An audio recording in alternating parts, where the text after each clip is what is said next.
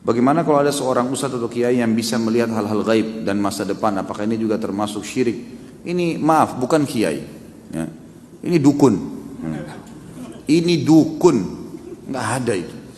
Bagaimana cara? Gitu kan? Ini semua tidak mungkin terjadi. Ini semua khurafat yang masuk ke dalam sebagian orang dan memakai nama suci. Nama kiai itu suci. Kiai, guru, ustadz. Itu semua nama-nama yang suci sebenarnya, nama orang-orang yang menyampaikan agama Allah.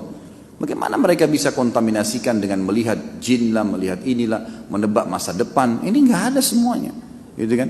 Nabi Muhammad SAW, guru dan kiai kita disepakati oleh semua ya kaum muslimin. Nggak ada orang yang berani mengatakan kecuali dia bukan muslim, bahwasanya Muhammad bukan kiai saya SAW. Kita pasti mengaku beliau kiai kita yang paling besar. Semua mazhab apapun ikut kembali kepada Nabi SAW. Nabi SAW kalau didatangin oleh beberapa sahabat yang bertanya dan beliau belum tahu hukumnya, belum ada wahyu, beliau diam, tidak ngomong. Nunggu sampai turun wahyu baru beliau mengatakan, siapa tadi yang bertanya? Si fulan angkat tangan. Telah datang kepada saya wahyu begini. Nabi SAW tidak tahu yang gaib, menunggu informasi datang. Bahkan kadang-kadang lewat 1-2 hari baru Nabi SAW menerima wahyunya, gitu kan? Waktu dituduh Aisyah berzina, nanti akan kita bahas itu dalam dosa besar tentang menuduh orang mukminah berzina, itu sempat wahyu terputus dari Nabi SAW kalau tidak salah sebulan, nggak ada wahyu turun. Nabi SAW tidak tahu benar nggak istrinya berzina nih, sampai beliau bingung sendiri menghadapi Aisyah pada saat itu. Ngumpulin sahabat, nanya, sahabat bertengkar, ribut, ada yang dukung, ada yang enggak. Datang ke rumahnya Aisyah, ditanyakan Aisyah, Aisyah mengatakan tidak, saya tidak melakukan. Sampai turun firman Allah Subhanahu Wa Taala. Nabi SAW terjadi pada rumah tangganya. Turun ayat Al-Quran, nanti akan kita bahas tuh. Ayat-ayatnya lengkap semua menceritakan. Beliau tidak tahu yang gaib. Bagaimana ada orang yang mengaku kiai, kemudian bisa melihat yang gaib, bisa tahu masa depan? Bagaimana caranya? Allah mengatakan dalam Al-Quran tentang Nabi SAW dan Nabi disuruh ucapkan itu.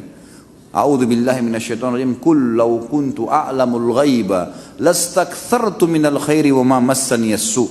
Katakan hai Muhammad kepada mereka, kalau saya ini tahu yang gaib, maka pasti saya akan perbanyak kebaikan-kebaikan dan saya tidak akan ditimpa masalah. Tidak akan ditimpa masalah karena sudah tahu, oh di sana nanti ada orang yang ganggu saya. Udah saya enggak usah ke sana. Nabi SAW di perang Uhud kena pedang.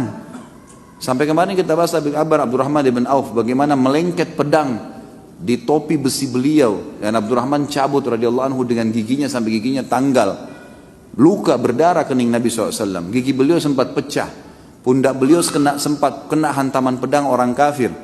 Nabi SAW tidak tahu itu sebelum keluar dari Uhud, sebelum keluar dari Madinah, nggak tahu sama sekali.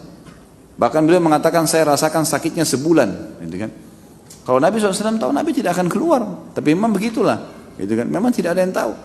Dan ini sudah panjang lebar. Ada juga judul di YouTube bisa dilihat ceramah saya, Kiaiku Muhammad, Kiai Anda siapa? Panjang lebar saya jelaskan. Banyak dalil-dalil Al-Quran, banyak sekali yang menjelaskan kalau Nabi SAW tidak tahu hal-hal yang gaib, tidak tahu masa depan, gitu kan? Jelas semuanya.